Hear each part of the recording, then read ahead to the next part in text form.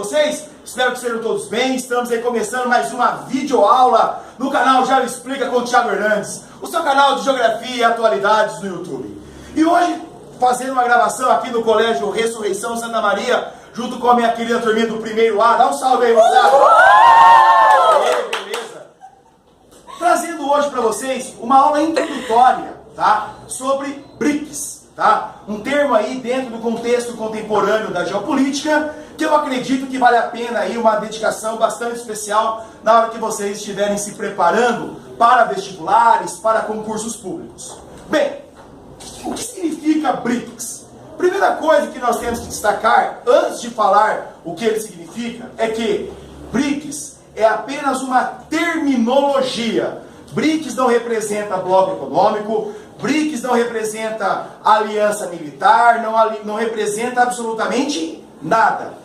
BRICS, o termo BRICS, tá, é apenas uma nomenclatura que inicialmente era chamada de BRIC, tá, que foi criada pelo economista Jim O'Neill, no começo dos anos 90, com o objetivo de fazer alusão, ou seja, com o objetivo de fazer referência às 4 economias, aos 4 países emergentes de maior destaque no cenário econômico que surgiu com a nova ordem mundial. Ou seja, a partir dos anos 2000, mais precisamente dos anos 90, com a decadência do Império Soviético, com o fim da Guerra Fria, com o fim da velha ordem mundial, como já até falamos em outras aulas, no caso as nossas aulas de Guerra Fria, né, o mundo começou em um novo cenário, um novo momento, dominado, regido pelas práticas capitalistas.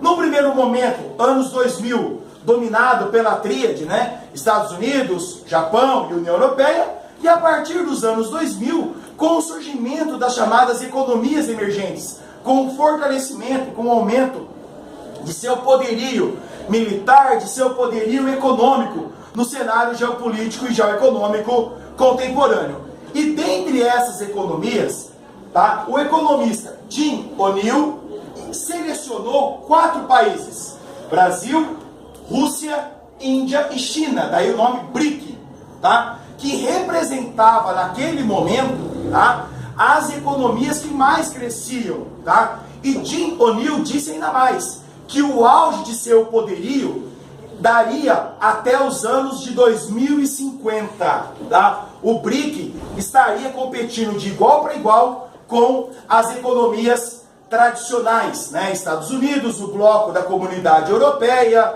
Japão e assim por diante. Entretanto, como nós já bem sabemos, a economia é uma ciência social, tá? Diferente do que muitos pensam, que achando que ela é uma ciência exata, ela não é. A ciência, a economia, ela trabalha com elementos das exatas. Entretanto, a maneira, a articulação dos fatos da economia dão-se em razão de elementos sociais. Então, nessa perspectiva, o cenário no mundo globalizado contemporâneo, ele vem mudando muito rapidamente.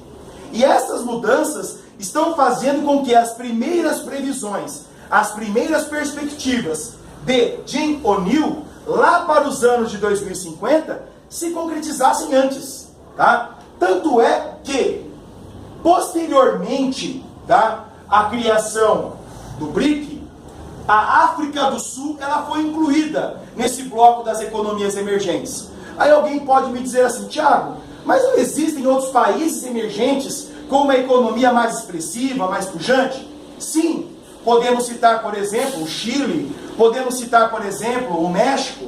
Entretanto, o intuito de colocar a África do Sul era justamente para criar o quê? Um representante do continente africano, que até então nós não tínhamos. Estávamos restritos basicamente a quem? Europa, América e Ásia. O continente africano, ele estava o quê? Sem um representante. E é nessa perspectiva que a África do Sul, ao ser incluída no bloco BRIC, passou a ser representada pela letra S, sendo assim, então, o bloco chamado de BRICS. O emergir do BRICS está modificando as relações de poder no cenário geopolítico contemporâneo. O que nós tínhamos até então? Estados Unidos, União Europeia e Japão determinando todas as regras. Quais regras? Regras econômicas, regras políticas, enfim, as relações geopolíticas no cenário internacional. Mas com o emergir do BRICS, sobretudo considerando o peso, entre aspas, de suas economias, bem como seus mercados internos, tá? Seus mercados consumidores internos, tudo isso está fazendo com que hoje toda e qualquer negociação, todo e qualquer acordo, tá? Seja ele militar, seja ele econômico, seja ele qual for, obrigatoriamente nós temos quem na pauta de negociações? Os BRICS, principalmente a China, sendo o grande fiel da balança. E por que a China? Porque a China, juntamente com a Índia, formam as economias que mais se destacam no grupo BRICS. Um exemplo, né? Como eu já comentei em outras aulas presenciais com os meus alunos, eu me recordo quando criança, nos anos 80, nos anos 90, quando falávamos em produto chinês, quando falávamos em China, resumia-se apenas aos carrinhos do Paraguai, aquele tênis chinesinho. Vocês, meus alunos, já devem estar lembrando daquela encenação que eu fiz com vocês em aula, né, ao falar do tênis chinesinho. E hoje a China, ela é o grande país que está no centro das discussões. Podemos aqui evidenciar de uma forma muito clara, né, a atual tensão na Península Coreana, ao qual todo o desfecho do que vai acontecer ou do que não vai acontecer na Península Coreana acaba de alguma forma passando também por quem? Pela posição da China. Ou seja, qual vai ser a posição da China caso os Estados Unidos ataquem? Ou qual vai ser a posição da China para frear, por exemplo, o ataque norte-coreano? Enfim, gente, então, em linhas gerais, o objetivo desta aula consistiu em trazer esse panorama do que é a terminologia, do que representa a terminologia BRICS, né? A partir daí, nós estaremos trazendo outras videoaulas falando das especificidades de cada um dos países que integram o BRICS, mas vale a pena lembrar, tá? BRICS não é bloco econômico, BRICS não é acordo militar, não forma nenhuma aliança, é apenas uma nomenclatura que representa hoje 5 economias emergentes de grande destaque no cenário econômico internacional. Mas como toda e qualquer economia emergente, prosperou muito no campo financeiro, mas socialmente ainda países bastante problemáticos, né? Não podemos deixar de citar o enorme abismo social e as crises políticas que acontecem no Brasil, a crise política e a falta de democracia na Rússia, a herança do sistema de castas que gerou um contingente absurdo de miseráveis na Índia.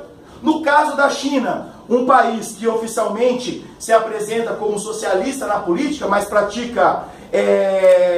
executa práticas capitalistas na economia, né, cuja democracia é totalmente zero. E ainda no caso da África do Sul, temos que mencionar o que, pessoal? A herança maldita do apartheid, que mesmo com seu fim, ainda é o que? Sentida no cotidiano. Então, as informações centrais eram estas. Espero que tenham gostado. Assistam, compartilhem, divulguem aos seus amigos. Façam suas sugestões de temas, tá? Para as nossas próximas videoaulas. Já Explica com o Thiago Hernandes, o seu canal de Geografia e Atualidades no YouTube. Até uma próxima. Tchau. Beijos.